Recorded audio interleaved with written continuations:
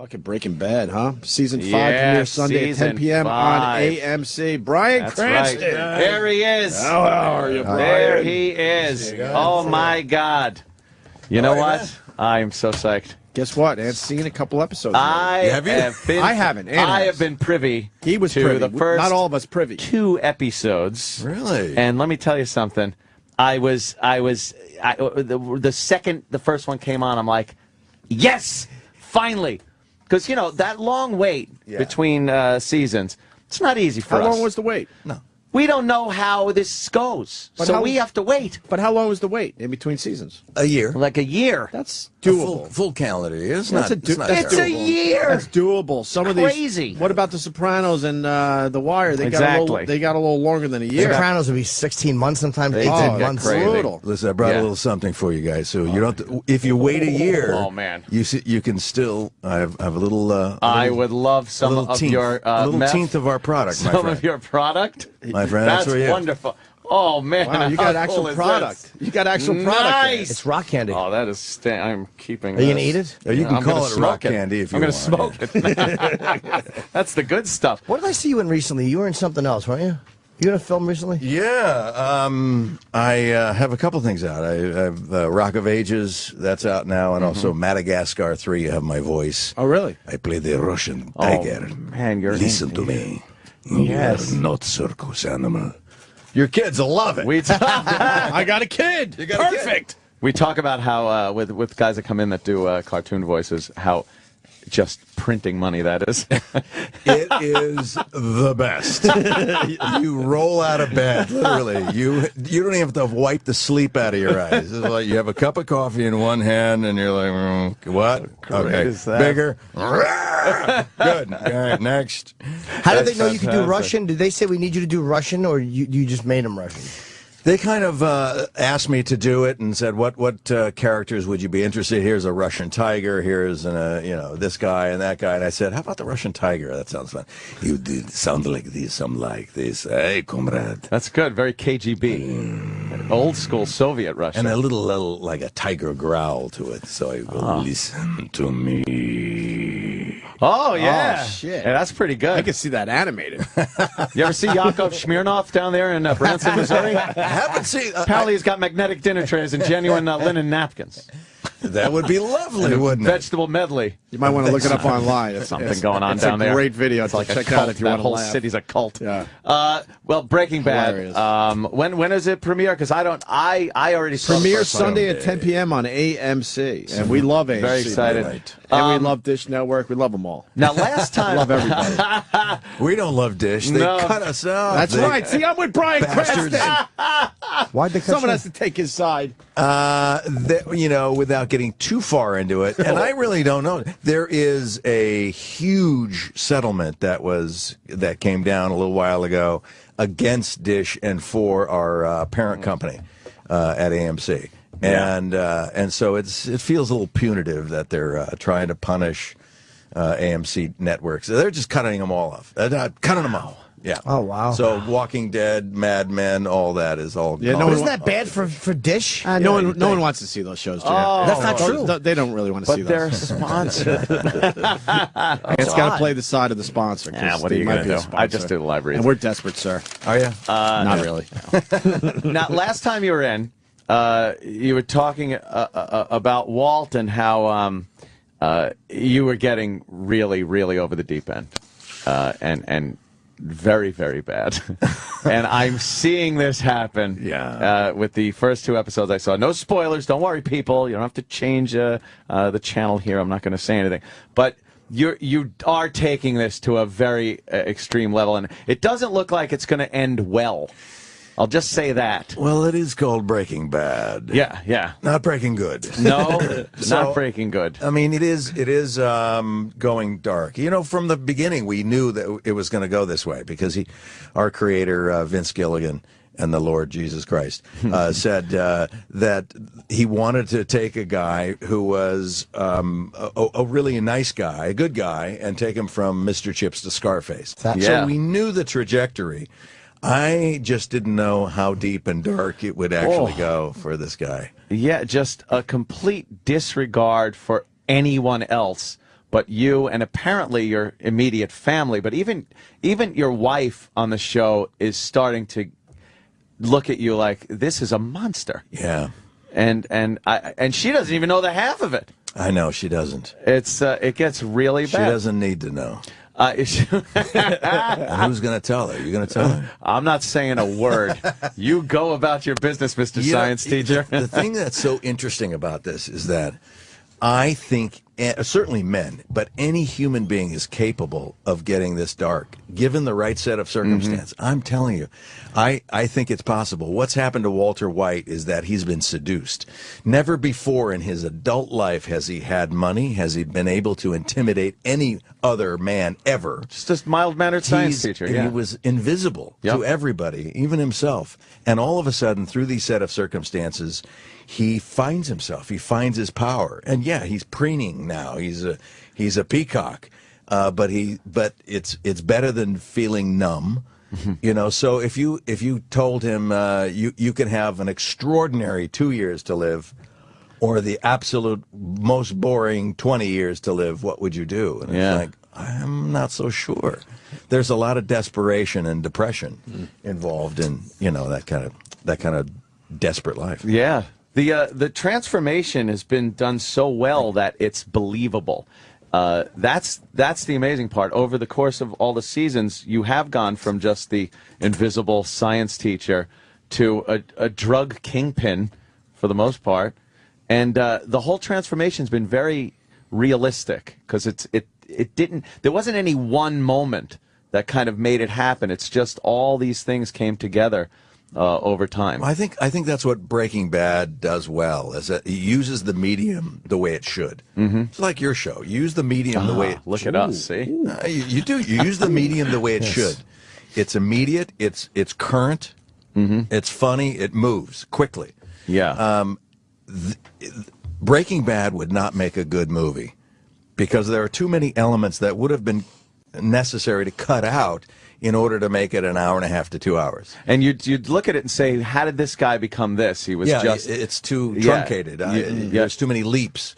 So serialized television, slowly played out, agonizingly played out sometimes. You wanted the best way. You definitely saw the direction you wanted to go in, but it took these things, these hurdles you had to go over and awful things you had to do to learn how to be that evil. It's an amazing transformation. Yeah, very cool. Really a sociological experiment to me. Can I don't want to give any spoilers or anything. I got to ask you, at the very beginning of the first episode of season 5, we do see a different look on you. A different look when you're near the trunk. Yes, you do. Was that a flash? You're being so good, by the way. I'm trying. Was that a flash forward? It is a flash forward. Okay. You're looking at a flash forward. So we'll get a little resolution of that? Well, no, you know what's funny is that the teaser of the first episode this Sunday on AMC at 10 o'clock, East Coast and West Coast, 9 o'clock in the middle, is revealing in so many ways. Yes. And yet not. And you don't get anything. You don't get, it's like, what? And then you realize, what did I just see? That's what I was doing. Yeah. I was literally craning my neck, looking up, going, what's in there? What is, like thinking I'd see something different if I looked the other way. Yeah. It's been such a compelling show. The suspense is great. The second episode of this season was edge of your seat. The entire time is edge of your seat. Mike, the character Mike in there, the fact, what he wants to do and what he has to do, the difference in that is you start feeling bad for him. Yeah. And he's a son of a bitch. It's amazing how this show toys with your sympathies. Yes. Where you have these people doing awful things, and yet you're sympathizing and almost rooting for them. Come on, make that crystal meth. Yeah, come on. Bring back the old team. Let's get the band back together, kind of a feel to it. Exactly. It really is. Housewives saying, oh, maybe if we just warn him with shooting his kneecap as opposed to killing him. I think that, I don't think we have to kill everyone. That just goes to show how well the writing is. Because it's really brilliant. How do you get somebody that's so awful of a person and and make him sympathetic. What was so interesting about Vince Gilligan's jump into this is that historically television has always been about staying the same. Every single character that you know and love in the past, you could turn on the television. There he is. There's my guy. My pal. He's always the same. I can depend on him. And this show has always been about change. How can we change? And just when he comes to a certain point, change him again. Yeah. Get him darker, get him moving. And then what about my wife, who is, she's a loving, caring, oh, wait a minute. Maybe she's changing too. She's got a little in her, yeah. Everybody's changing. Yeah, she's got a little bit of evil in her too. But I think it's almost like she didn't realize how bad this was going to get and how far you drag your family into all this. And what is initially, I guess the motivation was dying of cancer, have to take care of the family. So it was a noble effort when you started. But how did it get so evil? What is it in the character? Is it the fact that the character just didn't want to be bored for the rest of his life? Well, if it's been a hypothetical that we've all played. If you had a year to live, how would you live your life? And this poor bastard's thinking, I'm just going to wither away, and my wife's going to empty my bedpan and we'll blow through whatever little savings we have, and that's the legacy I'm leaving. No man wants to. You want to have some control. So for the first time in his life, he makes a bold move and says, by God, I'm going to do this thing because I know how. The one thing I don't know is what to do with it. I don't know how to sell it. So that's why he needs Aaron Paul's character, Jesse, in order to come in to distribute the thing. Simple plan, make a bunch of money, give it to my family, die. There it is. It doesn't. But he realizes once you sell your morality for cash, you're lost. There's no line. You try to become someone you're not, you're lost. So you paint like a real picture of this guy. Like as an actor, how much of that do you do beforehand?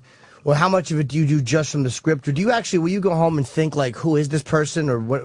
How do you see it when you play somebody like that? Not anymore. When you first start to put a character together, you ask that question a lot.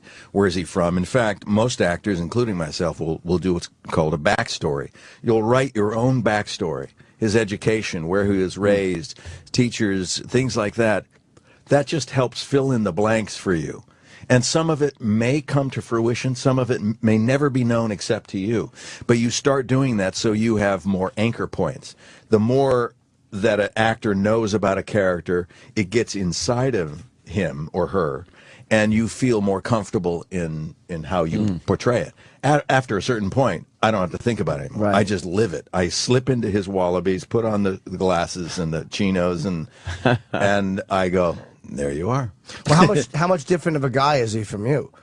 I mean, not the behavior, but I mean as a guy. He's killed more people than I have. No, but I mean like... I've killed people. I don't want to paint the wrong picture. I don't mean his actions. I mean like as a person, like, because this is a regular person pushed into extraordinary circumstances, so that's kind of what you base it on, as being a real person. He's not anything like me. No. No. I mean, he's very, very smart, so there's the big comparison there. He's been put in a position where he has not expressed himself as a man, as an adult. He's never taken chances. My whole career is being an actor and being in the arts. You're taking chances constantly, and you have to get comfortable with that. He's introverted, or at the start he was shy. He was milquetoast, and so I had to get into that mindset of what makes him be him. What makes a person, what makes a man cave in like that and become depressed? And I came up that he developed a fear of failure, and that he had missed opportunities in his life, and that led to his depression, and that led to this kind of invisible man, concept that I wanted to bring forward. And so when we were designing the face and the hair, I took all the color out of my hair. When we first started, I had this little impotent mustache, a mustache that you can see through, and was light because we lightened it and thinned it out. And you'd never, if you want to make an impotent mustache, you guys, I know you'd want this. You would never have the hair turn down the corners of the mouth, because then it gets macho when you get down there. So I used to cut it here, I thin it out. I wanted a mustache for people to look at and go, What's the point? What are you trying to say? We've all seen those. Yeah. It's like, wow. Yeah, we look at people and go, really? So you groomed that? It's like, what do you? An impotent mustache. So I wanted him to disappear. So all his clothes were taupes and sand color and off-whites and thing. I wanted him to blend into the walls. I wanted him to feel invisible. And so on those first episodes when I'm in the classroom and trying to look at anybody who might be interested in chemistry and getting nothing, it helped me as a character realize I'm so depressed. How did I get here? I'm looking at it. Nobody cares that I'm even here. Yeah. Nobody knows I'm even here. If I walked out of this classroom, they wouldn't even know. They're going to continue texting and whatever. I've lost. And that was wanted a man part. who lost. That was like part of what made you do what you ended up doing on the show. Yeah. I guess if you were successful, or if the character was a successful teacher that was beloved by the students, even if you got the cancer and needed to get money for the family, it probably wouldn't have worked out the same way. It was just a combination of everything. It had everything to do all with the it. features, all those elements were there. came into play. Yeah. Now, but one thing confusing though, you did it initially for your family and out of love for your family and concern about their future, and then it seems like you lost the concern for your family because you pretty much put them in danger. Now with what you're doing. What are you saying? How did that? You got a problem with that? Not at all. I think it's great. All for one, and all for me. Wait a minute. But what happened with the character that he kind of almost not wrote off his family, but didn't seem that concerned? Walter White was seduced. He was seduced by power, by money. All the things that even he at the never cost had of his before. family. Well, he didn't realize. I mean, we've all met very bright people who, in a social situation, right? I mean, you go, oh my God, this guy's a PhD and he's like unbelievably bright, and yet he can't hold a conversation in a social environment or whatever. So it doesn't mean if you're good at one thing, you're good at another. And so here you have a man who is very smart, but he made some poor choices, and he actually thinks that this simple plan will work, but he doesn't have the skill set to be a mastermind criminal. At least back then he didn't. He's learning quickly. Yeah. Is there anything hard for you, as an actor, is there anything that's hard for you to play? Like when they ask you to do like, is there a behavior or an emotion that's easier for you or more comfortable for you? And then there's one that when you do it, you're like, all right, this one's more work.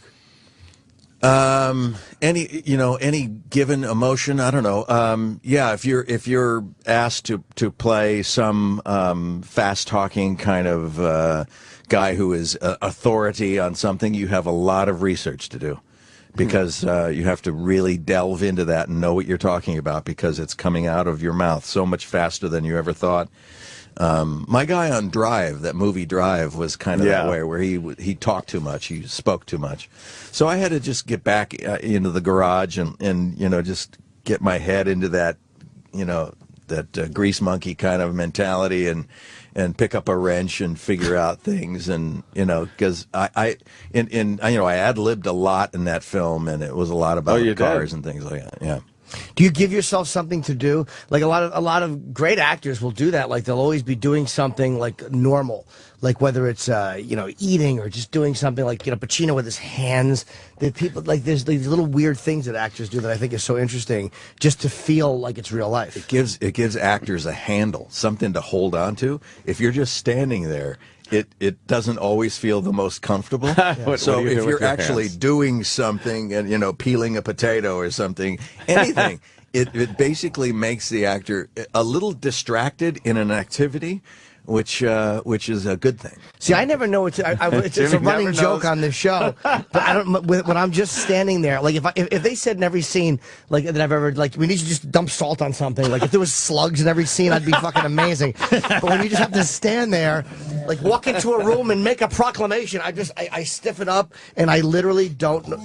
I watch hands so much when people act, because it's so hard to be natural and conversational. Like right now, my hands are just dead. You don't think about it when you're talking to someone on the street. Your hands are doing what they do. But if you were told to speak to a person on camera, now you're conscious of everything. Like, we were having this conversation. If I had written this conversation out and we were having it, you'd be sitting there as natural as you are, and my hands, I'd be like, I'd be raising them, I'd be fucking poking things. Just... And then they'll tell you, no, you're moving your hands a lot. Put them to your side. Let's do another take, everybody, and just keep your hands to your side. Totally now you're thinking, get my hands on my side. I've been moving my hands. Exactly. Now they like frozen down. Yeah. Jim, this is whose life is it anyway? You can't be moving your hands around a lot. Must be It's like, remember, Jim, you're paralyzed from the neck down. So the movement thing is a little bit of a problem. I'm always interested in how guys do that. Maybe they just don't. Maybe you're just so good you don't think about it anymore. But I'm fascinated by how you can make that so fucking natural. It's so hard to do, man. It does look really hard. It's supposed to look hard, but it look easy, but it is actually very difficult to do. Are you comfortable around guns? You do a lot of gunplay in the show. Well, my character is not. Yes, he doesn't know from that world, so no, he's not too comfortable. When I was a kid, I used to shoot rifles, and doing some competitive shooting, and that was fun. I enjoyed that. Yeah. So I know my way around a okay. So. Yeah. I guess you're more apt to poison somebody or something like a little more science oriented. Yeah. Wait a minute. Did he touch my coffee? Yeah, that was. I love the idea of incorporating science in killing people. Yeah, there's more of that coming up this year. I don't doubt it. It does work well, and your loyalty to Jesse. It seems like it's there in the criminal element of what you want to do, but as a person or friend, you have really no respect or like for this guy. Well, I don't know. And I think he idolizes you. He still calls you Mr. White, which is very odd to watch. Very after everything sign of you've, respect. you've I done. like that. I think it's more a sign of him kind of still being a child in the classroom and calling you Mr. White. But yeah, you personally, on a personal level, you've done horrible things to this guy. Yeah, well, I don't know. I mean, if he ever finds out what I've done, yes, there will be hell to in pay. trouble. Yeah. But he's a great actor, and he's fun to work with. He's supposed to be here, right? Yeah, I was going to say great actor, not very prompt. He's not very punctual. He doesn't own a watch. He has no clue what time it is at any given moment. Yeah, they said he was in traffic. He's stuck in traffic. Yeah. But it just does seem like you put everything aside, even that, and that's a very threatening place to put yourself because you know he would do awful things if he found out what you've done. Yeah, and as we wind down for season 5 starts on Sunday for 8 episodes. Season 6 will start next summer for 8 episodes, and then we're done. For See, I did not know that. Yes, and that's going to be it. Okay, and that'll be it. Wow, that'll be it. I need more. Are you okay with that? I'm okay with that. Yeah. I mean, it will have. I think it's time. Yeah, I mean, given the conceit of the story that this man had 2 years to live and he's still going to die of lung cancer, if not of something else beforehand. But yeah, I want to stay true to what we told the audience and be fair with that. And you don't want to do like MASH, where the Korean War's 11 years. 11 years. I thought this was supposed to only be 3 years. I was like, the Beatles are playing and the Korean War. It's like, really? Was it 11 years? Yeah, I guess it was. Yeah, it's time to move on. It's time to move on. Close it down. And well, you got the Total Recall movie. When is that coming out? That comes out August 3rd. It's coming out soon. Yeah, August 3rd. I can't wait. Very cool. I can't wait for that. Very cool. It's going to be huge. Absolutely, it is. Do you remember? Here's an odd question. Do you remember the last time that you were lousy? Like something you did like years ago that you're like, oh God, was I awful in that? I wasn't too kind to my wife the other day. No, I mean as an actor. Oh, as an actor. Oh yeah. Oh sure. In fact, friends of mine have a humiliation night where they ask actors and performers to bring your worst shit over. And wow! You know how easy it is to be me and bring everything?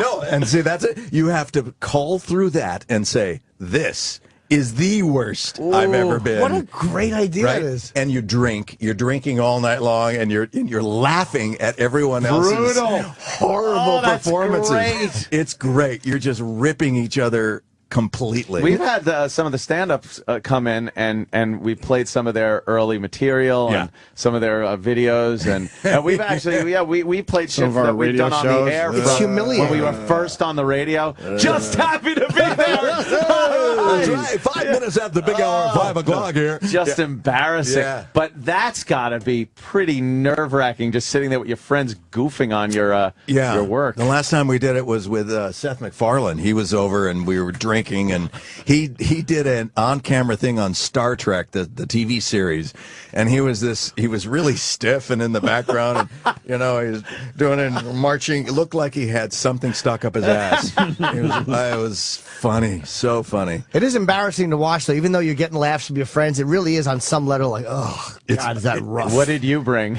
I brought this thing called Crisis Counselor, which was a really bad one of the early reality shows back in like 1980, I want to say, and it was kind of an improv show dealing with therapy sessions, group therapy sessions, and they would only tell you basically what you are, and then everything else just comes out. And I played this guy who was married, and his wife is pregnant, and he has a male lover on the side.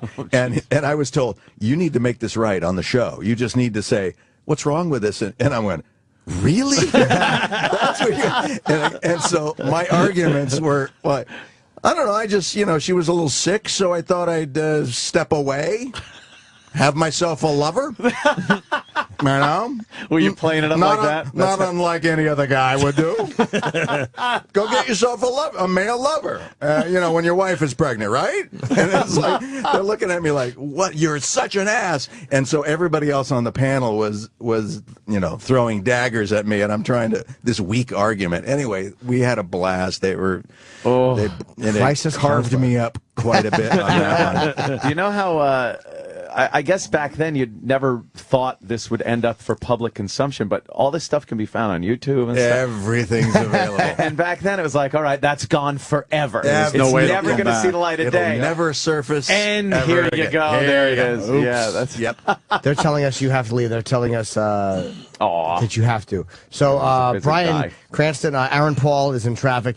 But Breaking Bad Season 5, it's Sunday, 10 o'clock on AMC. Mm-hmm. And where can people get it if they're on Dish or something, they don't have it? Is there another way to see it? iTunes, Netflix. Yeah. Right? I think those are the places. We do on demand. Really on demand. It's great. All right, so there's a way to see it. Absolutely. Great show, and you're a tremendous actor. I love it. If you have not seen it, you have maybe